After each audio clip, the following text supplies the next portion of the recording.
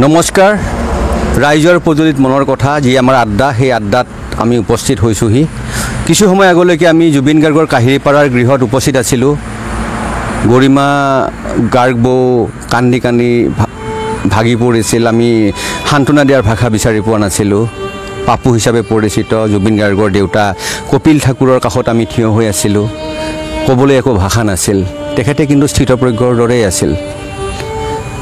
অসমৰ কাৰণে আটাইতকৈ আজি হৃদয় বিদাৰক এইটোৱে খবৰ আকাশে বতাহে আকাশ আজি শোকাকুল জোনাক শোকাকুল ৰ'দ শোকাকুল বতাহ শোকাকুল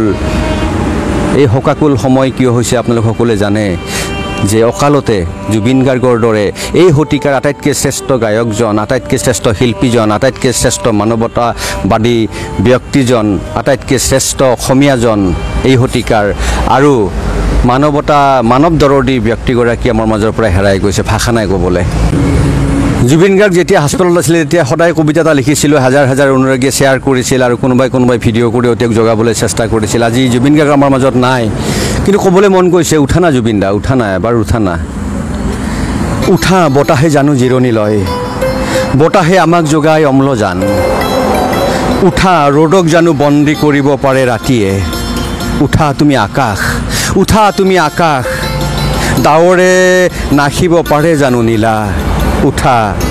ধানৰ গান হৈ গানৰ ধান হৈ আমি প্ৰাৰ্থনাৰত ধুমুহা হোৱা গান হোৱা তুমি আমাৰ সময়ৰ চিঞৰ আৰু জুবিন গাৰ্গ আমাৰ সময়ৰ চিঞৰ আছিলে সঁচাকৈয়ে কিন্তু আজি আমি উপস্থিত আছোঁ এতিয়া জুবিন গাৰ্গৰ গৃহৰ পৰা আহি ময়ূৰ ৰেষ্টুৰেণ্টৰ বাকৰিত আৰু জুবিন গাৰ্গৰ আটাইতকৈ প্ৰিয় বন্ধুসকলৰ লগৰ এজন বন্ধু আছে মুম্বাইত যিসকলে একেলগে সময় কটাইছিল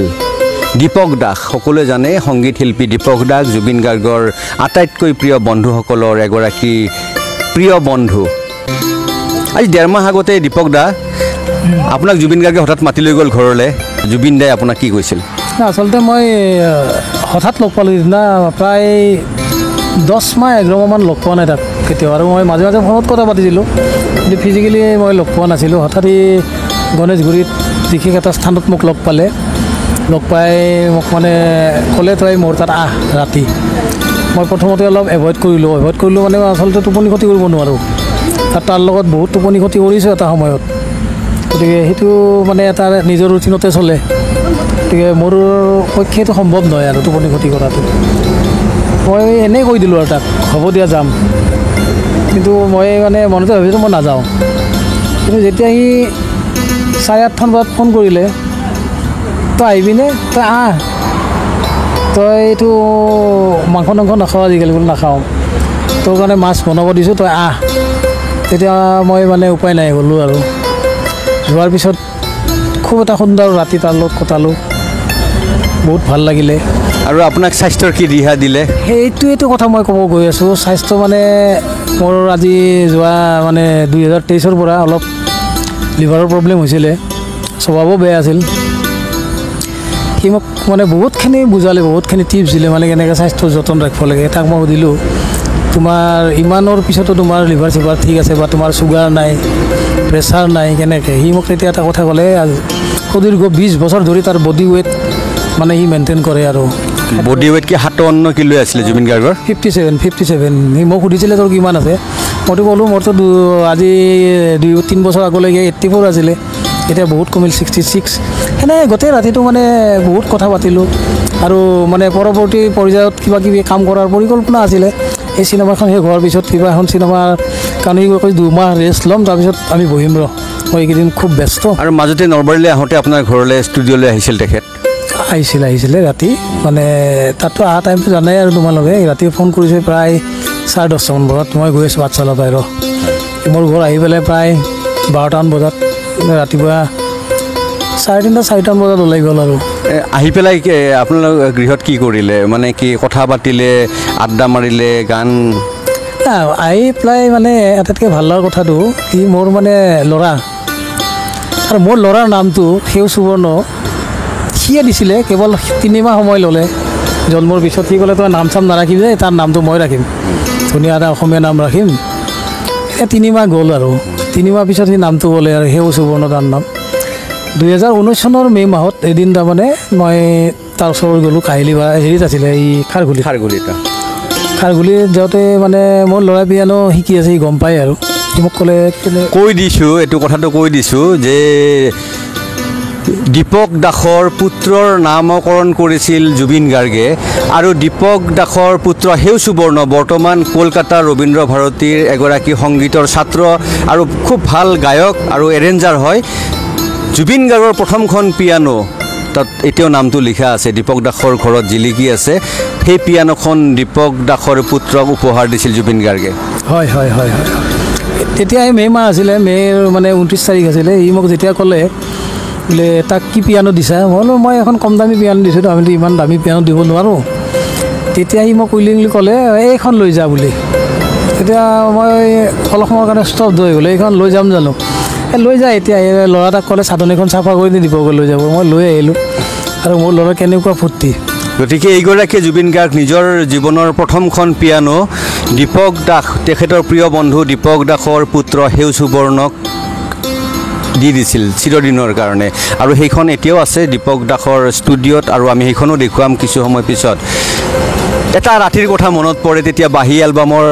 কাম চলি আছিল হঠাৎ ৰাতি 1 বজাত দীপক দাস ডাঙৰীয়াই মোক লৈ গ'ল গান লিখিব লাগে সেই ৰাতিটোৰ কথা মনত আছেনে আপোনাৰ নহয় আচলতে মই লৈ যোৱা নাই তোমাক মানে সেইদিনা ৰাতিটো কি আছিলে কথাটো এনেকুৱা হ'ল তাৰ আগদিনাখন আমি কাম কৰি আছিলোঁ আগদিনাখন তোমাৰ কথা কৈছিলে সি মানে প্ৰণৱ ক'ত থাকে প্ৰণৱক লাগিছিলে মই তেতিয়া ক'লোঁ প্ৰণৱটো কামাখ্যা গেটত থাকে নেক্সট ডে মই যোৱা নাই আৰু নেক্সট ডে মই শুই আছোঁ তাত ড্ৰাইভাৰটোৱে মানে ৱাল পাৰ হৈ আহি মোক ৰাতি জগাই মোক মানে উঠাই লৈ গ'ল কিয় মানে মই তোমাৰ মানে জেগাটো দেখাই দিব লাগে আৰু তোমাক লৈ আনিব লাগে আৰু যেনেকৈ ক'লে সেনেকৈ ৰাতি মই মানে জুবিনে কোৱাৰ কাৰণে তোমাৰ তাত গ'লোঁ বা তোমাক উঠাই আনিলোঁ ৰাতি তাৰে পিছৰখিনি কি হৈছে তুমি জানাই আৰু তাৰপিছত কি হ'ল আমি ৰাতি 1 বজাত গ'লোঁ দীপজ্যোতি লখৰ মই দীপক দা গ'লোঁ তেতিয়া দীপক দাৰ এখন পাৰ্লাৰ আছিলে ওপৰত আপোনাৰ জুবিন গাৰ্গৰ ষ্টুডিঅ'ৰ ওপৰত ডি জি মিউজিকৰ ওপৰত গ'লোঁ গৈ আৰু গানৰ কাম নহ'ল আমাৰ কবিতাৰ কথা হ'ল মোক এখন জুবিন গাৰ্গে কিতাপ উপহাৰ দিলে তাত লিখি দিলে থিংক বুদ্ধ এই কিতাপখন মই এতিয়াও মোৰ লগত আছে কিতাপখন থিংক বুদ্ধ তাৰমানে বুদ্ধৰ প্ৰতি খুব আকৰ্ষিত আছিল জুবিন গাৰ্গ আৰু সেইকাৰণে কৈছিল মোৰ কোনো ধৰ্ম নাই মোৰ কোনো জাতি নাই মোৰ কোনো ভগৱান নাই বুদ্ধৰ নিচিনাকৈ তেওঁ এটা আধ্যাত্মিক চেতনাৰ জৰিয়তে তেখেত নিজে উজ্জীৱিত হৈছিলে বা বিষ্ণুৰাভকো খুব ভাল পাইছিলে যদিও সেই বুদ্ধ আৰু মানে চেগুৱেভাৰা এই তিনিগৰাকী ব্যক্তি তেখেতৰ আদৰ্শ আছিল তেওঁক মই জীৱনত মানে কোনো মন্দিৰ বা এনেকুৱা ধৰ্মীয় স্থানত যোৱাই এনেকুৱা সেৱা কৰা নেদেখিলোঁ কিন্তু সদায় তাৰমানে চেগুৱেভাৰা আদৰ্শত বা বিষ্ণুৰাভা গতিকে এগৰাকী বিপ্লৱী আছিলে জুবিন গাৰ্গ কিন্তু সময়ে সেই সুবিধা নিদিলে কাৰণ সময় হ'ল সাম্ৰাজ্যবাদৰ বিশাল আগ্ৰাসনৰ সময় হ'ল পুঁজিবাদৰ বিশাল আগ্ৰাসনৰ যাৰ কাৰণে জুবিন গাৰ্গে সেই সুবিধাটো নাপালে জননেতা হোৱাৰ বা জনকণ্ঠ হোৱাৰ সুবিধাটো নাপালে কিন্তু জাতিক জগাই থৈ গ'ল জাতিৰ কণ্ঠ হৈ ৰ'ল আৰু আজি জাতি দিশহাৰা হৈ পৰিছোঁ দীপক দা এটা কথা আমি জানিব বিচাৰিছোঁ মুম্বাইত আপোনালোক একেলগে আছিলে ইউনিটি কম্পাউণ্ডত সেই কথাটো জানিব বিচাৰিছোঁ কেনেকৈ প্ৰথম জুবিনক লগ পালে আপুনি ইউনিটি কম্পাউণ্ডত আচলতে মই যেতিয়া আছিলোঁ তাৰ বহুত বছৰ আগত জুবিন আমাৰ দীপক শৰ্মা আৰু ইউনিটি কম্পাউণ্ডত মানে মোক চিনাকি কৰি দিয়া মানুহজন দীপক শৰ্মা দেই তেখেতকে মই পৰামৰ্শ লৈ গৈছিলোঁ তাত গ'লোঁ ইউনিটি কম্পাউণ্ড মানে যিটো জেগা মানে তাৰ মাহলটো খুব অতি বেয়া আৰু জঘন্য আৰু মই ক'ব নোৱাৰিম আৰু মই সেই সময়ত অলপ খঙাল আছিলোঁ মাজে মাজে জুবিনক কৈ থাকোঁ বোলে মই বিৰাট ডিষ্টাৰ্ব পাওঁ ৰাতি কাম চাম কৰি গ'লে কি কৰা যায় সি হাঁহে আৰু ফূৰ্তি কৰে বস্তুটোত এদিন অলপ মানে কাজিয়া পেচালতা হ'ল মোৰ লগত মানুহ এজনৰ মাৰপিট হ'ল ময়ো মাৰিলোঁ তাৰ নেক্সট দিনা তাৰমানে মোক সি আৰু তাত ইউনিটি কম্পাউণ্ডত যাব দিয়া নাই সি কৈছে তই যাব নালাগে তই মোৰ তাত থাক ঠিক আছে তাৰ কথা মতে মই তাত থাকিলোঁ একেলগে থাকোঁ ৰাতি কেৱল ৰাতি টোপনি ক্ষতি হয় কিন্তু আচৰিত কথা মই ভাবিছিলোঁ ময়ে থাকিম নেকি পিছতহে গম পালোঁ মই নহয় বহুত মানুহ আহে তাত যোন য'ত ত'ত শুই থাকে আৰু এনেকুৱা দিন গৈছে কেতিয়াবা তোমাৰ মানে ভৰিৰ পৰা এইডোখৰ মানে বাথৰুমৰ ভিতৰত এইফালে বাহিৰত ইমান মানুহ তাত শুৱে তাৰ লগত থাকে আৰু সি মানে খুব মানুহ মাতি আনি টানি ভাল পায় সি মানুহ নহ'লে থাকিব মানুহ থাকিব ন অকল নাথাকে সি মানুহ লাগিবই কোনোবা নহয় কোনোবা আৰু সি ৰাতি কাম কৰে আৰু সেইখিনি সময়ত আমাৰো এনেকুৱা জোচ আছিলে ৰাতি আমি বহুত টোপনি ক্ষতি কৰিছোঁ তাৰ লগত এনে বম্বে লাইফটো অলপ এনেকুৱাই আছিল গোটেই দিনটো ৰাতি দিনটো কাম কৰোঁ ষ্টুডিঅ'ত আৰু কোন কোন আছিলে আপোনালোকৰ লগত ইউনিটি কম্পাউণ্ডৰ সেই ইউনিয়নত তেতিয়াতো পবিত্ৰ মাৰ্ঘেৰিটা আছিলে থানেত তাৰপিছত আমাৰ এই ৰপচন বৰুৱা নাই মোৰ আগত আছিলে দেৰিকৈ গৈছে বিতুপন বৰা আছে বিতুপন বৰা মায়াত আছিলে তাৰপিছত তুমি জানে গৌতম চক্ৰৱৰ্তী ভেদ বুলি কৈ যে গৌতম আছিলে হয় গৌতম আছিলে আৰু আছিলে কোনোবা ইমান নাম মনত নাই এতিয়া আৰু তাৰ বোলে তাৰ এনেকুৱা নাছিলে দেই ই অসমীয়া ল'ৰা অসমৰ ল'ৰা তাক মাতি তাৰ চবৰ লগত ভাল আছিলে গোৱাৰ কেইটামান ল'ৰা আছিলে মাতি আনে তাৰপিছত বিহাৰো আছিলে দুজনমান তাৰ মানে ৰুমটোত কেনেকুৱা গোটেই দিনটো কাম চাম কৰি আহি ৰাতি এটা আড্ডা হয় তাৰ ৰুমত আড্ডাটো মানে মিউজিকেল আড্ডা আৰু অলপ এনেকুৱা জানে আৰু কি ক'ব বিচাৰিছোঁ এনেকুৱা ফূৰ্তি ফাৰ্তা কৰোঁ খানা চানা খাওঁ এনেকুৱাই আৰু এইবিলাক স্মৃতি হৈ ৰ'ল আৰু সেইখিনি সময়ত মোক সি যথেষ্ট হেল্প কৰিছে মানে মই আচলতে বম্বেত যাব পৰা কেপাচিটি মোৰ নাছিলে কিন্তু সেইখিনি সময়ত বম্বেত যদি সি মোক হেল্প নকৰিলে হয় মই বম্বেত ইমান দিন থাকিব নোৱাৰোঁ আৰু বম্বেত থাকি মানে মই একদম প্ৰণালীবদ্ধভাৱে কিবা শিকিব যাম বুলি মই যোৱা নাই এনেই গ'লোঁ থাকিলোঁ আৰু বহুতখিনি তাৰ পৰা শিকিলোঁ বহুত আৰু আপুনি দিলৰুবাকে আদি কৰি বিভিন্ন তেখেতৰ সংগীত এলবামত কাম কৰিছে দিলৰুবাত গাইছোঁ বেকিংবিলাক তাৰপিছত এখন চিনেমা আছিলে মহাদেৱ কিনি গ'ল নাইবাতৰি বুলি গান এটা গাইছিলোঁ চিনেমাখন অগ্নিসাক্ষী আছিলে যদুমণি দত্তৰ অগ্নিসাক্ষী সি এদিন হঠাৎ দুপৰীয়া ফোন কৰিলে মোক সি তই আচোন কিবা এটা গাব লাগে কি গাব লাগে কিবা এটা গাব লাগে তই গ'লোঁ গাই যাওঁ আৰু মই এখন তাৰ হিন্দী চিনেমাত মিউজিক কৰিছিলে সি ষ্ট্ৰিং নেকি ষ্ট্ৰিং য়েছ ষ্ট্ৰিঙত কৰিছিলে ষ্ট্ৰিঙৰ মানে পাৰ্টিকুলাৰ এটা গানৰ হাই পাৰ্টবিলাক মই গাইছোঁ আৰু সেইটো তাৰমানে মই ইয়াতে গাই পঠাই দিছিলোঁ সেইটো আছে চিনেমাখনত আৰু তাৰ বহুত তেনেকুৱা দেউকা এলবামটোত মিউজিক মই আৰু অনুপ শৰ্মাই কৰিছিলোঁ গোৱাইছিলোঁ আমি গৈছিলোঁ প্ৰডিউচাৰ 5জনমান গৈছিলে মানে এদিনত 8টা গান ৰাতি গাই দিলে এনেকুৱা এইবিলাক স্মৃতি হৈ গ'ল আৰু ডিজে মিউজিকতো ধৰক মই যেতিয়া গ'লোঁ আপোনাৰ লগত গৈ জুবিন গাৰ্গক দেখিলোঁ যে 5 মিনিট 6 মিনিট মানে ৰিহাৰ্চেল নকৰাকৈ নিজে গোটেই গান গাই দিয়ে তাততো এইবিলাক আৰু বিহু চিহু এবাৰ শুনিলে গাই দিলে চেছ আৰু প্ৰডিউচাৰবিলাকে কেনেকৈ লাইন লাগি আছিল মই থকা সেই প্ৰথম যেতিয়া মই গৈছিলোঁ আৰু সেই সময়টো অলপ বেলেগ আছিলে সেই সময়টো মানে কি এৰাতিত তাৰমানে মই এদিন ফ্ৰেঞ্চ ষ্টুডিঅ'ত এৰাতিত নহয় মই যেতিয়া গৈছোঁ 11:20 মানত গৈছোঁ মোটামুটি 1 বজাৰ আগত 13টা গান গাইছে সেই বিৰল প্ৰতিভা আছিল জুবিন গাৰ্গ যে ওৰে ৰাতি 30-40টা গান গাই দিয়ে আৰু কোনো বেছি ৰিহাৰ্চেল নাথাকে আৰু সেইকাৰণে তেওঁৰ গানৰ সংখ্যা 38,000 হৈছে 40টা ভাষাত 40টা ভাষাত আৰু আটাইতকৈ ডাঙৰ কথাটো কি জানে আমি মিচিং গান আমি বহুত কৰিছোঁ মানে এৰেঞ্জমেণ্ট তাৰে ভিতৰত কিছুমান এনেকুৱা প্ৰডিউচাৰ আহে বোলে জুবিনক গান গোৱাব ঠিকে আছে জুবিনক যোগাযোগ কৰি দিওঁ প্ৰডিউচাৰ যায় গোৱাব আমিতো মিচিং ভাষাটো আমি নাজানো কিন্তু কথাটো যোনে গান গোৱাব যায় উল্টা হৈ যায় জুবিনে উল্টা কয় তই প্ৰনাউন্সিয়েশ্যনটো ভালকৈ কৰে এবাৰে কোনটো কৰিম মই মানে এনেকুৱা আছিলে প্ৰনাউন্সিয়েশ্যনটো মিচিং হওক বা দেউৰী হওক বা আমাৰ বড়ো এইটো সাংঘাতিক কথা এইটো মানে চব সাংঘাতিক উচ্চাৰণৰ ক্ষেত্ৰত ভূপেন হাজৰিকাৰ পিছত জুবিন গাৰ্গ প্ৰতিটো ভাষাতে ইংৰাজী হওক হিন্দী হওক মাৰাঠী হওক বেংগলী হওক কান্নাড় হওক বড়ো হওক সকলোতে উচ্চাৰণ তেওঁৰ ইমান শুদ্ধ আছিল মোক মাজে মাজে গালিও পাৰিছিল এই তই ঢেকেৰী তোৰ উচ্চাৰণে বেয়া নেকি মোক সেইদিনা গালি পাৰিছিল ঠাট্টা কৰি আৰু মানে জমনি কিন্তু কৈছে এই তহঁতে ঢেকেৰীৰ নিচিনা কথা কওঁ এনেকুৱা আমি এইটো বেয়া পোৱা কথাই নাই বহুত শুদ্ধ কৰি দিলে হিন্দী চিন্দিবিলাক গাওঁ মই হাই খুব এনজয় কৰি মানে নৰেন্দ্ৰ চঞ্চলৰ গান চানবিলাক গাওঁ ইমান তই ভাল গাওঁ কিন্তু প্ৰনাউন্সিয়েশ্যন বেয়া বন্ধু নাই আপোনাৰ শুনক আপুনি দিলৰুবাত তেওঁৰ লগত এটা কেইবাটাও গীতত আপুনি কণ্ঠ দান কৰিছিল আৰু মই এটা কথা দৰ্শকক জনাইছোঁ যে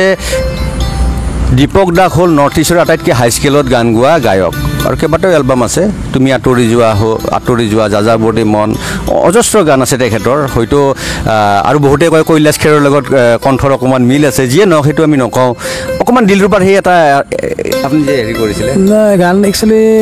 গাবলৈ আপোনাৰ আজি নাই মই গম পাইছোঁ আপোনাৰ মন ভাঙিছে তথাপি আমি যিহেতু এইটো এটা আমাৰ ৰৈ যাব তথ্য হিচাপত আচ্ছা মই এটা গান গাই দিছোঁ অলপ বেদৰ্দি দুনিয়া এৰি মুছাফিৰ যাই কেনি গুচি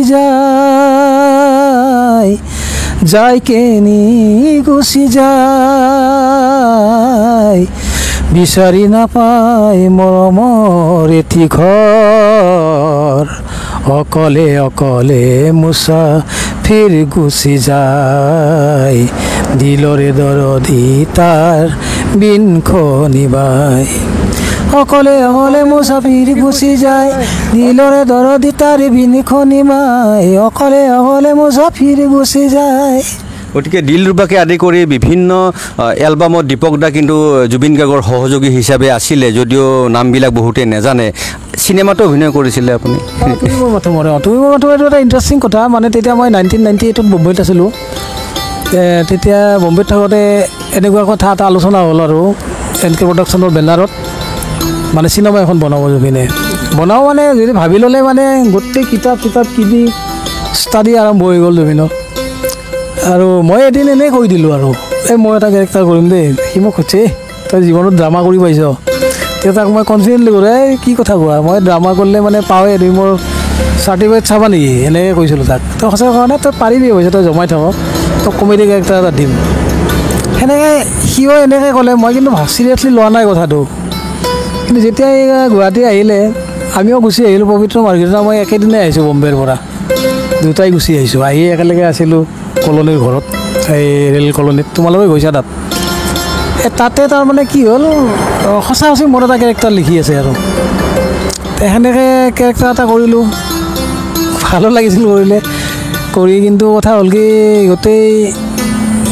শেষ মুহূৰ্তলৈকে মই থাকিব নোৱাৰিলোঁ তেতিয়া মই এটা মানে প্ৰাইভেট ষ্টুডিঅ'ত এজ এ ৰেকৰ্ডিষ্ট কাম কৰিছিলোঁ মোক মানে মালিকে ছুটি নিদিলে আৰু এই যিখিনি আছোঁ কেইটামান চিনেমা মিউজিক মেগাৰ্ছত কাম কৰিছিল নহয় মিউজিক মেগাৰ্ছত নহয় তেতিয়া মই এছ কৰিছিলোঁ সূৰ্য হাজৰিকাৰ এটা মানে ছুটি নিদিলে পিছৰ ফালে নাই মই সেই চিনেমাখন কৰিলোঁ এছ কথা মোৰো মনত পৰিলে সাগৰিকা বৰদলৈত আমি তাতে ৰেকৰ্ডিং কৰিছিলোঁ কিৰণ দা আছিল তেতিয়া কিৰণ দা হয়নে আৰু চন্দন ঢুকাই থাকিলে মিউজিক কৰিছিলে আমাৰ হেৰি এতিয়াও আছে বাৰু যিয়ে নহওক বহুত কথা আমি পাতি আছোঁ কিন্তু মই দীপক দাৰ পৰা আৰু এটা খুব ব্যক্তিগত কথা জানিব বিচাৰিছোঁ যে ইমান সৰল মানুহজন আৰু ইমান মানুহক বিশ্বাস কৰিছিলে সেইটোৱে কাল হ'ল নেকি গৈ পেলাই একদম 100% সেইটোৱে সি মানে মহাদেৱ টাইপ মানুহ আছিলে মানুহে যোনে জুবিন গাৰ্গক ওচৰৰ পৰাই লগ পাইছে যোনে জুবিন গাৰ্গৰ সান্নিধ্য লাভ কৰিছে তেওঁলোকে জুবিন গাৰ্গৰ প্ৰকৃত কথাবিলাক ভালকৈ জানে মানে কিমান উদাৰ আছিল কিমান উদাৰ হ'ব পাৰে সি সেইটো মানে ওচৰে পাজৰে থকা মানুহবিলাকে ভালকৈ জানে কিন্তু সেই সৰলতাৰ সুযোগ বহুতেই ল'লে বহুতেই নিজকে প্ৰখ্যাত বনালে জুবিন গাৰ্গক জখলা বনাই পেলাই আপোনালোকে প্ৰাণৰ পৰা ভাল পাইছিল সেইকাৰণে আপোনালোকে সুযোগ নল'লে কিন্তু সুযোগ লোৱা মানুহ ইমান আহিল যাৰ কাৰণে জুবিন গাৰ্গ কিছু পৰিমাণে কক্ষচ্যুত হোৱা যেন আমাৰ এটা অনুভৱ হয় নাই জুবিন গাৰ্গক লৈতো বহুতে বেপাৰী কৰিলে আৰু এটা কথা দেই এইটো কথা তাৰমানে সিও পিছত বুজি পায় বা জানে তাক খং উঠে কিন্তু খং উঠিলে সি মানুহটো এনেকুৱা নহয়তো মানে মানুহক অতি সোনকালে সি ক্ষমা কৰি দিব পৰা তাৰ কেপাচিটিটো আছিল খং ক্ষোভ তাৰ মনত সদায় ধৰি নাথাকে কাৰোবাক বেয়া পালে ডাইৰেক্ট কৈ দিছে কিন্তু ডাইৰেক্ট এদিনেই কৈছে সেই মানুহজনক মানে পৰৱৰ্তী পৰ্যায়ত তাক এটেক কৰিম তাক হিংসা কৰিম তাক অমুক কৰিম তাৰ সেই মানসিকতা কেতিয়াও নাছিলে মানে আমাৰ মানে ভাষাত হলাৰ ভাই মলা বুলি যে কয় সেইটো আছিল আৰু সেইটোৱে তাৰ কাল হ'ল এই লাষ্ট মানে মমেণ্টত তাক লৈ বেপাৰীবিলাকৰ কথা কৈছোঁ মই বেপাৰীবিলাকে ইমান বেছি মানে পাগল হ'ল তাৰমানে তাক বিক্ৰী কৰাৰ নামত আৰু সেইটোৱে কাল হ'ল আৰু সেইটো গম পায়ো ধৰিব নোৱাৰিলে জুবিন গাৰ্গে বা ক'ব নোৱাৰিলে কাকো ক'ব নোৱাৰে মানুহজন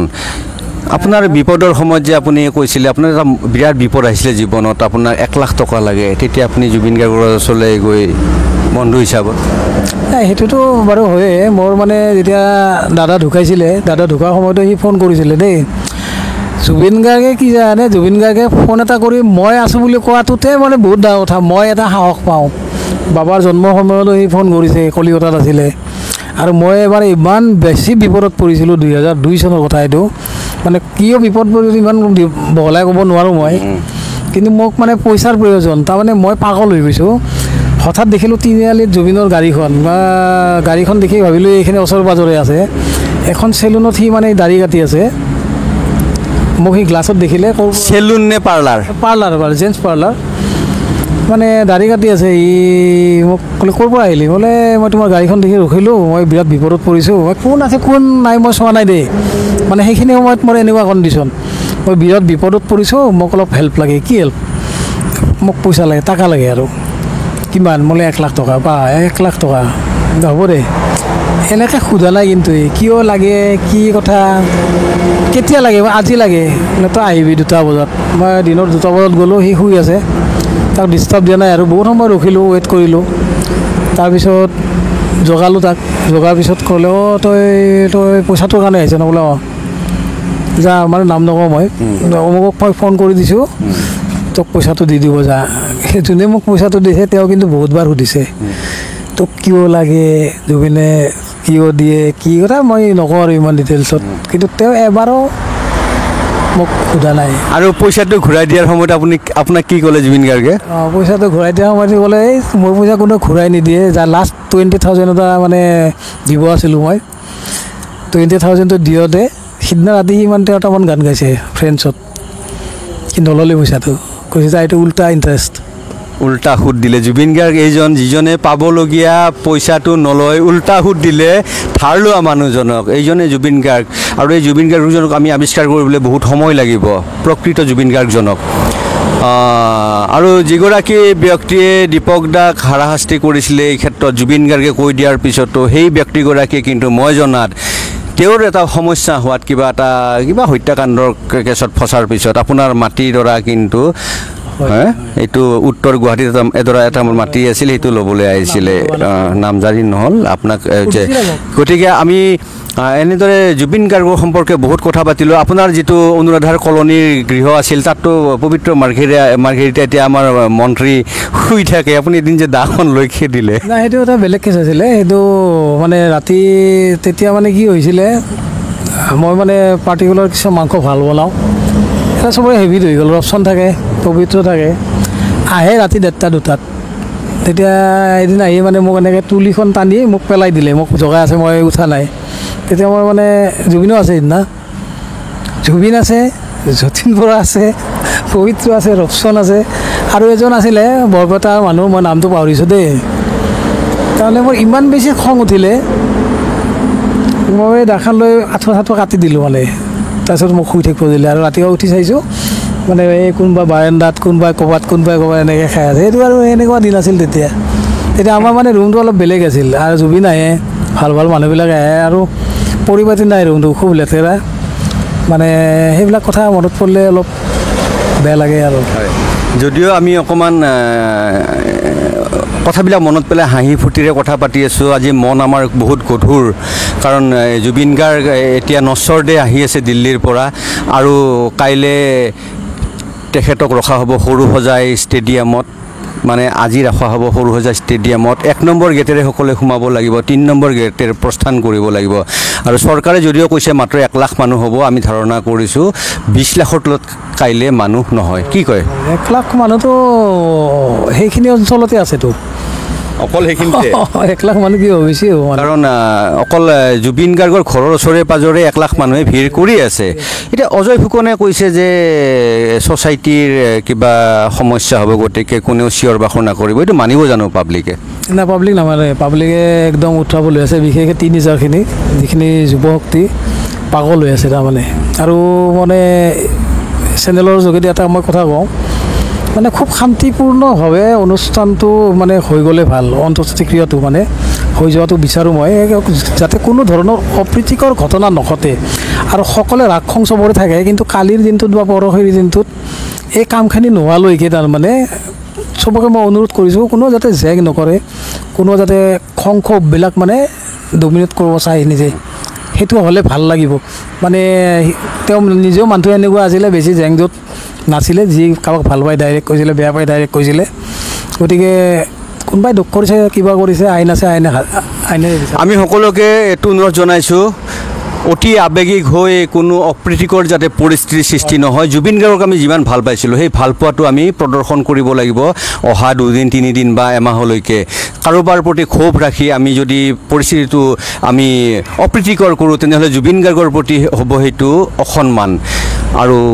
শ্যামকানু মহন্তৰ প্ৰতি বিৰাট ইমান ক্ষোভ মানুহৰ, ক্ষোভটো থাকিবই আৰু ক্ষোভ। লগত যদি বাউন্সাৰ লৈ ফুৰে, মেডিকেল টিম লৈ কিয় নগ'ল, বা সেনেকুৱা মানুহ লৈ কিয় নগ'ল, যোনে এনেকৈ জুবিনক বুজাব পাৰে। হয়, ময়ো জানো জুবিনক কোনেও নোৱাৰে, বা গৰিমা থাকিলে হয়তো এনেকুৱা নহ'ল হয়। এইটো মোৰ ফিল, যিমান দূৰ পাইছোঁ। আৰু এটা কথা মই কওঁ দেই, জুবিন এনেকুৱাও নহয় মানে কয় যে মানে কাৰো কথা নুশুনে, এইটো মই বিশ্বাস নকৰোঁ। আমি ভালকৈ ক'লে শুনেতো, এইটো নকৰিবা গ'লে এইটো বেয়া হ'ব, হয় নেকি, দে নকৰোঁ দে। মানে অত্যাধিক কেতিয়াবা খালে সেইটো কথা বেলেগ হৈ যায়, আৰু অত্যাধিক খুৱাই কিয়? আমিতো লগত থাকোঁতে ইমান আমি খাইছিলোঁ, আমিও এইটো মিছা কথা কৈ কি লাভ। এতিয়া আমি নাখাওঁ, আমাৰ বয়স হৈছে, এতিয়া আমি খাব নোৱাৰোঁ, খাব নালাগে, আমাৰ শাৰীৰিক প্ৰব্লেম আছে। আৰু সেইখিনি ওচৰে পাজৰে থকা মানুহবিলাকে অলপ চকু দিব লাগে, তাক চকু হয়তো দিয়া নাছিল। আৰু য'ত জুবিন গাৰ্গে আনক পৰামৰ্শ দিয়ে, আপোনাক মোক পৰামৰ্শ দিয়ে, এইবিলাক বেয়া বস্তু নহয়। মইতো এটা কথা কওঁ, মোৰ এনেকুৱা মানে আজি বহুত বছৰ পৰাই মোৰ ডায়েবেটিছ চুগাৰ, তো মোৰ থালখন চাই থাকে, এই তই এইটো নাখাবি দেই, তই মোক নাখাবি দেই, তই বিয়াৰ নাখাবি দেই। তেওঁ আনৰ কেয়াৰ লৈছিল, তেওঁ কেয়াৰ লোৱা মানুহ নোহোৱা হ'ল গৰিমা গাৰ্গ বৌক বাদ দি পেলাই। সকলোৱে কৈ আছে গৰিমা গাৰ্গ বৌ থকা হ'লে এই দুৰ্ঘটনাটো সংঘটিত নহ'লহেঁতেন। কিন্তু গৰিমা গাৰ্গ বৌ নিজে এগৰাকী স্বাৱলম্বী নাৰী, তেওঁ সদায় লগত গৈ থাকিব নোৱাৰে। যিয়ে নহওক, আমি বহুত কথা পাতিলোঁ। আমি আশা কৰিছোঁ খুব শান্তিপূৰ্ণভাৱে জুবিন গাৰ্গক আমি অন্ত্যেষ্টিক্ৰিয়াত আমি অংশগ্ৰহণ কৰিম, কোনেও আমি হৈ হাল্লা নকৰোঁ, ক্ষোভ আমি ত্যাগ কৰিম। আৰু আমি জুবিন গাৰ্গক আজীৱন কেনেকৈ হৃদয়ত ৰাখোঁ, মগজুত ৰাখোঁ, চেতনাত ৰাখোঁ, আমি সেইটো কামলৈকেহে আমি মন দিয়া, ধ্যান দিয়া উচিত। গতিকে আমি বহুত কথা পাতিলোঁ, আৰু প্ৰথমবাৰৰ বাবে আমি দীপক দাস যি আটাইতকৈ প্ৰিয় বন্ধু আছিলে, তেওঁক লগ পালোঁ। লগ পাই পেলাই আমি কিছু মনৰ কথা জুবিন গাৰ্গৰ বিষয়ে জানিলোঁ। মৃণাল জ্যোতি শৰ্মা হঠাৎ আহি পাইছে গুৱাহাটীৰ পৰা, জুবিন গাৰ্গৰ খবৰ লৈ পেলাই কাহিলীপাৰাৰ পৰা। এটা কবিতা শুনি আমি সামৰণি মাৰিম। ধন্যবাদ। মোৰ এটা কথা মনত পৰিছে, দীপক দালত বহুত আগতে, যিহেতু আমাৰ আড্ডা ক'ব পাৰি কথাটো মনত পৰিছে। কথাটো আমি আলোচনা কৰি পেলাই, এই কথাটো ওলাই পেলাই আমি মোৰ এই কবিতাটো পাঠ কৰিম। আপুনি কোৱা কথাটো কি জানে, দীপক দাই মানে এটা কথা কৈছিল চাদা সম্পৰ্কে। চাদাটো মানে মোৰ দেউতাৰ বিৰাট প্ৰিয় আছিল, সেইকাৰণে এই কথাটো মোৰ মনত ৰৈ গৈছে। মানে দীপক দাই কৈছিল কি, জুবিনদাৰ যিটো মুম্বাইত যিটো ফ্লেট আছিল, তাত মানে গ্ৰাউণ্ড ফ্ল'ৰত তেওঁলোকৰ বাথৰুমত চাদা ৰখা এটা ঠাই আছিল। এই লৈ এটা মস্ত এটা কাহিনী আছে। এই কাহিনীটো এটা 1 নম্বৰ। আৰু 2 নম্বৰ কাহিনী হ'ল কি, দীপক দাৰ এদিন ষ্টুডিঅ'ত টোপনি আহিছিল, আৰু সিদিনা জুবিন দাই দীপক দাক এই কান্ধত এনেকৈ লৈ গৈ পেলাই কৈছিল, এটা ভাল জমনি কথা কৈছিল। এই কথা দুটা আমি শুনিম এতিয়া তেখেতৰ মুখৰ পৰা। পাহৰিছোঁ মই, মোৰ এতিয়া মনত নাই। কিয় এই চাদাৰ কথাটো মনত নাই? তলত যে সেইটো কওকচোন। সেইটো জেগা আছিলে আৰু বাথৰুমৰ সেই পানীৰ ফ্লাছত তেনেকৈ প্লাষ্টিক মেৰিয়াই সেনেকৈও থওঁ। মানে গৰিমা বহুত ষ্ট্ৰিক আছিলে, সেনেকৈ থওঁ, সেনেকৈ খাওঁ। চাদাটো খাই আগৰ পৰা। মানে আপুনি কৈছিল যে ওপৰৰ মানে আমি গ্ৰাউণ্ড ফ্ল'ৰত এনেকৈ গৈছিলোঁ, তাৰপিছত মই সুধিলোঁ চাদা অলপ খাব লাগিছিল। তেতিয়া তেওঁ কৈছিল যে চাদা ৰখা এটা ঠাই আছে, বোলে ইয়াতে ক'ত ঠাই আছে? তো এনেকুৱা এটা ঠাই দেখাইছিল আপুনি কোৱা মতে, যে যিটো ঠাইত চাদা ৰখাটো অসম্ভৱ, তাত গৈ পেলাই আপুনিও ভাল পায় চাদাটোত, ধুনীয়াকৈ মাৰি খাইছিল। পাছত থৈছিলে, এইটো এটা কথা। আৰু আপুনি যিটো দাঙি অনা কথা, এইটো পাহৰিছে চাগে, এইটো আমি পিছত আৰু আলোচনা কৰিম। বাকী ধন্যবাদ, আৰু মই মোৰ কবিতাটো পাঠ কৰিছোঁ আৰু। আচ্ছা, কবিতাটো এনেকুৱা, মই যোৱাকালি কিবা মনতে ভাৱ এটা আহিল, কবিতাটো মই মানে লিখিলোঁ। কবিতাটো এনেকুৱা, এবাৰ ঘূৰি চোৱাচোন আমিও চাগে তোমাৰ পথৰে পথিক, এবাৰ ঘূৰি চোৱাচোন আমিও চাগে তোমাৰ পথৰে পথিক, নাজানো কিয় বা জানো মনে নকয় তুমি নাই বুলি, নাজানো কিয় বা জানো মনে নকয় তুমি নাই বুলি, শব্দৰ শিখা বুকুত জ্বলা দিনৰ পৰাই মই তোমাৰ আজন্ম প্ৰেমিক, নিঃশব্দতাৰ উচুপনি বুজা দিনৰ পৰাই মই তোমাৰ আজন্ম প্ৰেমিক যৌৱনে আমনি কৰা দিনৰ পৰাই মই তোমাৰ আজন্ম প্ৰেমিক কেতিয়াবা হুমুনিয়া কেতিয়াবা পোহৰৰ খেলা হৈ দেখা দিয়া তুমি মোৰ মৰমৰ দুৰ্বাৰ হেঁপাহ আৰু তাক পোৱাৰ প্ৰেৰণা তুমি মাথো ধৰাৰ বুকুত তোমাৰ ছবিয়ে কাৰোবাক চাগে আমনি কৰিছিল যাৰ বাবে প্ৰেম নামৰ আহিলাৰে তুমি আজি আমাৰ পৰা বহু দূৰৈত মাথো ধৰাৰ বুকুত তোমাৰ ছবিয়ে